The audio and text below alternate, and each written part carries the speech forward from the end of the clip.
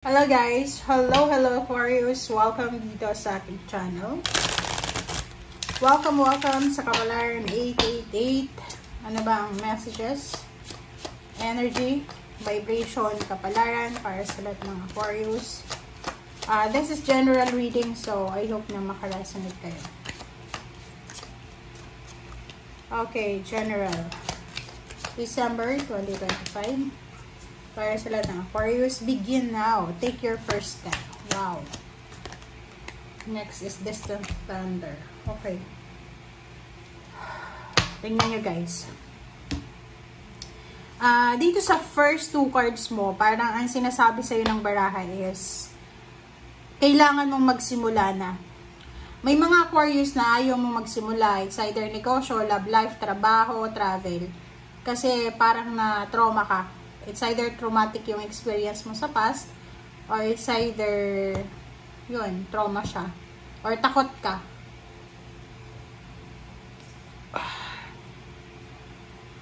May takot dito na mag-fail.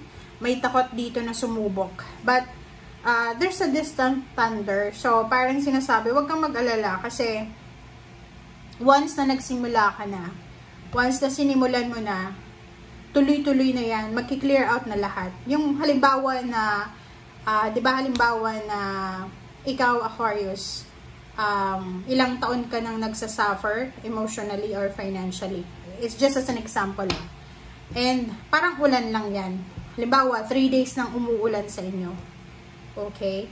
And after ng ulan, di ba, sisikat yung araw, and parang walang nangyari. Parang walang ulan. So parang yun lang yun. Huwag kang matakot. Huwag kang matakot na sumubok, mag-try. Kasi matatapos din yan eh. Kung ano yung mga issue ngayon, mga pinagdadaanan mo, ano man ang hindi stable sa buhay mo, matatapos din yan. So, may kasabihan tayo na kung hindi tayo kikilos, kung hindi tayo mag-take ng rest, walang mangyayari sa atin. So, ang kailangan mo daw gawin is magsimula. First step, baby step. Diba? Like moving on. Gusto mong mag-move on, ayaw mong magsimula. But once na nakapagsimula ka ng mag-move on, mag-let go, tuloy-tuloy na yan. Mahirap sa una, but once na nasanay ka na, maaayos din yan. Okay? So, begin now. Ngayon mismo. So, this December, sinasabi ng baraha na if ever nasundan mo na to, yung decision na gagawin mo ngayon, itong step na gagawin mo ngayon, siya yung magki-clear out ng lahat ng mga hindi stable sa buhay mo. Diba?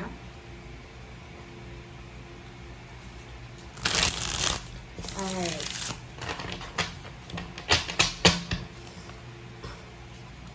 Para ito sa lahat ng Aquarius.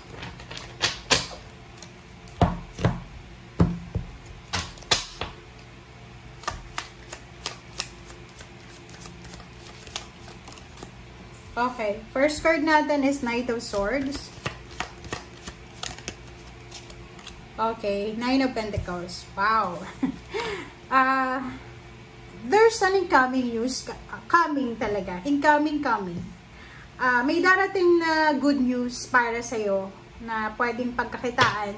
Or maybe this is all about money. So, ihanda mo yung sarili mo kasi may balita na pwedeng eto na yung katuparan ng pangarap mo. Eto na yung talagang minimithi mo. Na pwedeng pagkakitaan or pwedeng maging source of finances mo. Salary increase, higher position, payments, payout, bonuses, 13-month pay. Ano ba? Lump sum of money, payments, last pay. Diba? So, yan yung hinihintay mo. Diba? So, kung ano man yan na hinihintay mo, ang nakikita ko dito, pinaka-visible na message ng 3 cards na yan. Mayroon ditong Aquarius na 3 taon ka nang nag-a-apply ng visa, working visa, papunta sa ibang bansa. Or maybe citizenship, permanent visa, permanent residence, parang ganon. And this December, darating yung hinihintay mo na yan. And parang matatanggap mo siya as a gift for Christmas or a bonus para sa 2025. Okay. Reverse. Reverse na King of Swords and reverse na Queen of Pentacles. So, reversal yung dalawa. So, dito, ang message ng dalawang yan is, huwag tayong masyadong magmamadali. Huwag tayong masyadong maging apurado, lalo na kung ito ay tungkol sa kaperahan, kung tungkol ito sa kontrata, kung tungkol ito sa kung ano man na accomplishment or development. Oops, sorry. Okay, reverse. Reverse na naman siya. So, these are parang happy narwhal. So, sinasabi ng baraha sa'yo dito na in order for you to enjoy yung Christmas season ngayon, sinasabi ng baraha sa atin na kailangan natin na chill lang tayo. Okay? Kasi ito it's either kontrata, it's either pera, it's either fairness, 'di ba? Negosyo, parang ganon. Sinasabi ng baraha sa atin na ngayong December, wag puro trabaho, wag puro pera, wag puro business ang asikasuhin mo. Kailangan mo daw na mag-enjoy, kailangan mo daw na namnamin yung presensya ng okasyon. Bakit ba may Christmas? 'Di ba? Parang ganon. Reverse pa siya. 'Di ba? So, parang ang sinasabi ng baraha sa'yo dito, Aquarius, na napaka-importante ang balanse. Doon sa mga Aquarius na nagbabala kayo na mag-overtime, papasok sa December, para sasabihin mo, sa Pasko, magtatrabaho pa rin ako. Sa New Year, magtatrabaho pa rin ako. Sinasabi ng baraha sa'yo na yung pera na andyan lang yan. But the moment, the time, 'di ba? Yung time na kasama mo yung pamilya mo, ay hindi mo na yan pwedeng maibalik. Kasi okay, sabihin natin, every year may Pasko, pero hindi pa rin pareho yung moments na yun eh.